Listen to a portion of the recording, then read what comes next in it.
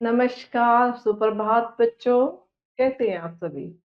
आज हम पढ़ेंगे व्याकरण अध्याय 7 सर्वनाम। मैं आपकी हिंदी की अध्यापिका। तो आज हम क्या पढ़ेंगे? सर्वनाम। ठीक है, सर्वनाम क्या होते हैं? आइए जुड़ते हैं पाठ से। देखो, उचित शब्द लिखकर वाक्यों को पूरा कीजिए। देखिए, यहाँ पर कुछ वाक्य शब्द लिखने हैं। यहाँ पर क्या करना है? शब्द लिखने हैं और इन वाक्यों को हमें पूरा करना है। देखो, देखो, क्या आपने मुझे बुलाया था?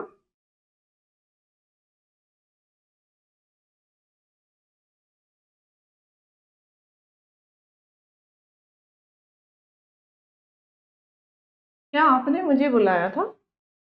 वाक्य पूरा हो गया। क्या देखिए, मुझे भूख नहीं है।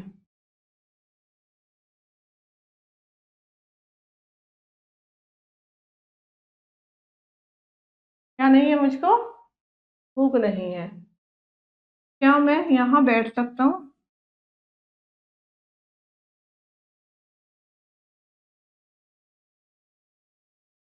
ठीक। गली में कूड़ा किसने फेंका?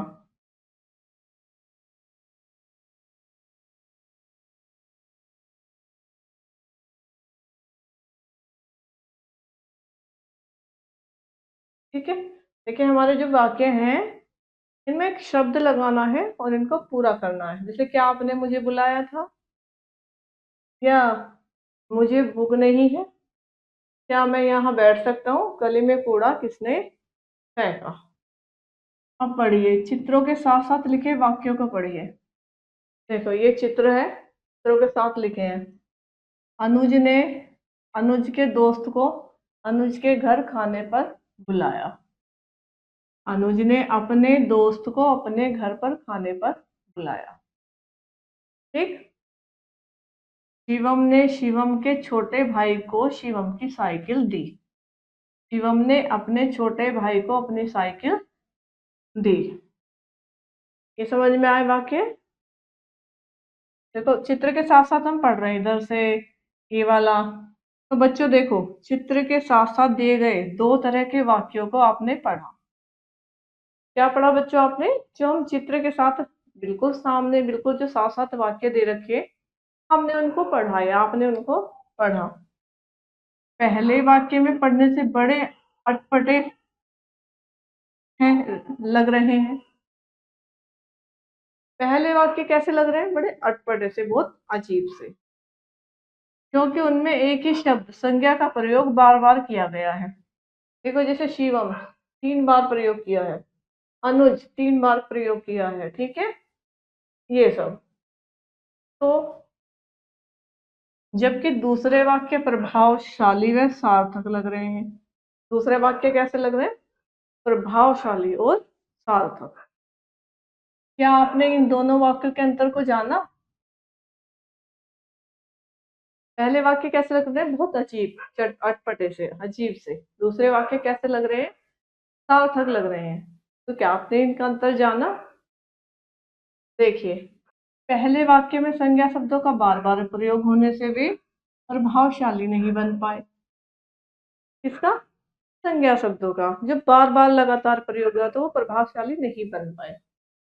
दूसरे वाक्य में संज्ञा शब्दों के स्थान पर अपने अपनी शब्दों का प्रयोग किया गया है। संज्ञा शब्दों के स्थान पर प्रयोग होने वाले ये सर्वनाम कहलाते हैं। संज्ञा शब्दों के स्थान पर प्रयोग होने वाले ये शब्द क्या कहलाते हैं? सर्वनाम कहलाते हैं। देखिए, जिन शब्दों का प्रयोग संज्ञा के स्थान पर किया जाता है उन्हें सर्वनाम कहते हैं। तो यहाँ तक बच्चों आपको समझ में आया? आगे चलते, मैं, वह, वे, तुम, आप, हम, हमारा, यह आदि सर्वनाम के उदाहरण हैं। क्या? कौन कौन से? मैं, वह, वे, तुम, आप, हम, हमारा, ये किसके उदाहरण है? सर्वनाम के। सभी प्रकार की संज्ञाओं के लिए एक ही तरह के सर्वनाम का प्रयोग होने के कारण सर्वनाम को सबका नाम कहते हैं। क्या कहते हैं? सबका नाम। अच्छा देखो, सर्वनाम के भी एक वचन बहुवचन रूप होते हैं। देखिए, एक वचन और बहुवचन में एकवचन बहुवचन क्या? मैं मैं के लिए क्या यूज करेंगे बहुवचन में? हम। जैसे मैं है, मैं तो एक वचन में प्रयोग करते हैं। और हम किस में करते हैं? बहुवचन में। तू किस चीज में करते हैं? एक वचन। तुम और आप बहुवचन। यह है एक वचन, ये बहुवचन।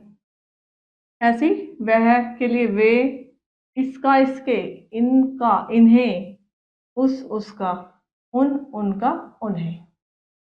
ऐसे हम इनका सर्वनाम के भी एक वचन बहुवचन में प्रयोग हम करते हैं। यहाँ देखिए, अब पढ़ेंगे सर्वनाम के भेद। सर्वनाम के भेद, चलो थोड़ा सा डायग्राम भी देख लेते हैं कैसे। सर्वनाम के 6 भेद होते हैं जो निम्नलिखित है। ये क्या है हमारा सर्वनाम? ये क्या है? भेद। पुरुषवाचक सर्वनाम, निश्चयवाचक सर्वनाम, अनिश्चयवाचक सर्वनाम, निजवाचक सर्वनाम, पर्सनवाचक सर्वनाम, संबंधवाचक सर्वनाम। ये क्या है? सारे सर्वनाम। देखो, ये इनके भेद है। ठीक। अभी देखिए पुरुषवाचक सर्वनाम, वे सर्वनाम शब्द कहने वाले, सुनने वाले या जिसके बारे में बात की जाए उस व्यक्ति का बोध कराते हैं, तो वे क्या कहलाते हैं? पुरुषवाचक सर्वनाम कहलाते हैं। जैसे मैं, तुम, हम, वह, आप, हमारा आदि। जैसे देखो, आदि देखो, मैं पढ़ने जा रहा हूँ अपने लिए, तुम खेलने चलोगे सुनने वाले के लिए, वह सैनिक है जिसके बारे में बात हो रही है। ये क्या है? सारे पुरुषवाचक सर्वनाम। पुरुषवाचक सर्वनाम के 3 भेद होते हैं। पुरुषवाचक जो हमारा सर्वनाम है, कितने भेद होते हैं बेटा? 3। देखिए पहला क्या है? उत्तम पुरुष, मध्य पुरुष और अन्य पुरुष। तो इनमें क्या हो गया? उत्तम पुरुष में क्या ना? मैं, हम, मेरा, हमारा। ठीक। मध्य पुरुष में तू, तुम, आप, तेरा, तुम्हारा, आपका। और अन्य पुरुष में वह, वे, उसका, उसकी, उनका, उन। तो ये कहाँ तक समझ में आया? देखिए निश्चयवाचक सर्वनाम, वे सर्वनाम जो किसी निश्चित व्यक्ति या वस्तु की ओर संकेत करते हैं, क्या कहलाते हैं? निश्चयवाचक सर्वनाम कहलाते हैं। जैसे यह, वह, वे, ये, इस, उस आदि। ठीक है। जैसे यह मेरा घर है, वह हमारा विद्यालय है। तो ये क्या है? इनके उदाहरण है। तो यहाँ तक आपको समझ में आया? आगे चलते हैं। ये देखिए, अनिश्चयवाचक सर्वनाम, वे सर्वनाम जो किसी निश्चित व्यक्ति या वस्तु का बोध नहीं कराते, ठीक है, क्या कहते हैं? अनिश्चयवाचक सर्वनाम कहलाते हैं। जैसे कोई, कुछ, आदि। उदाहरण के लिए, दूध में कुछ पड़ा हुआ है,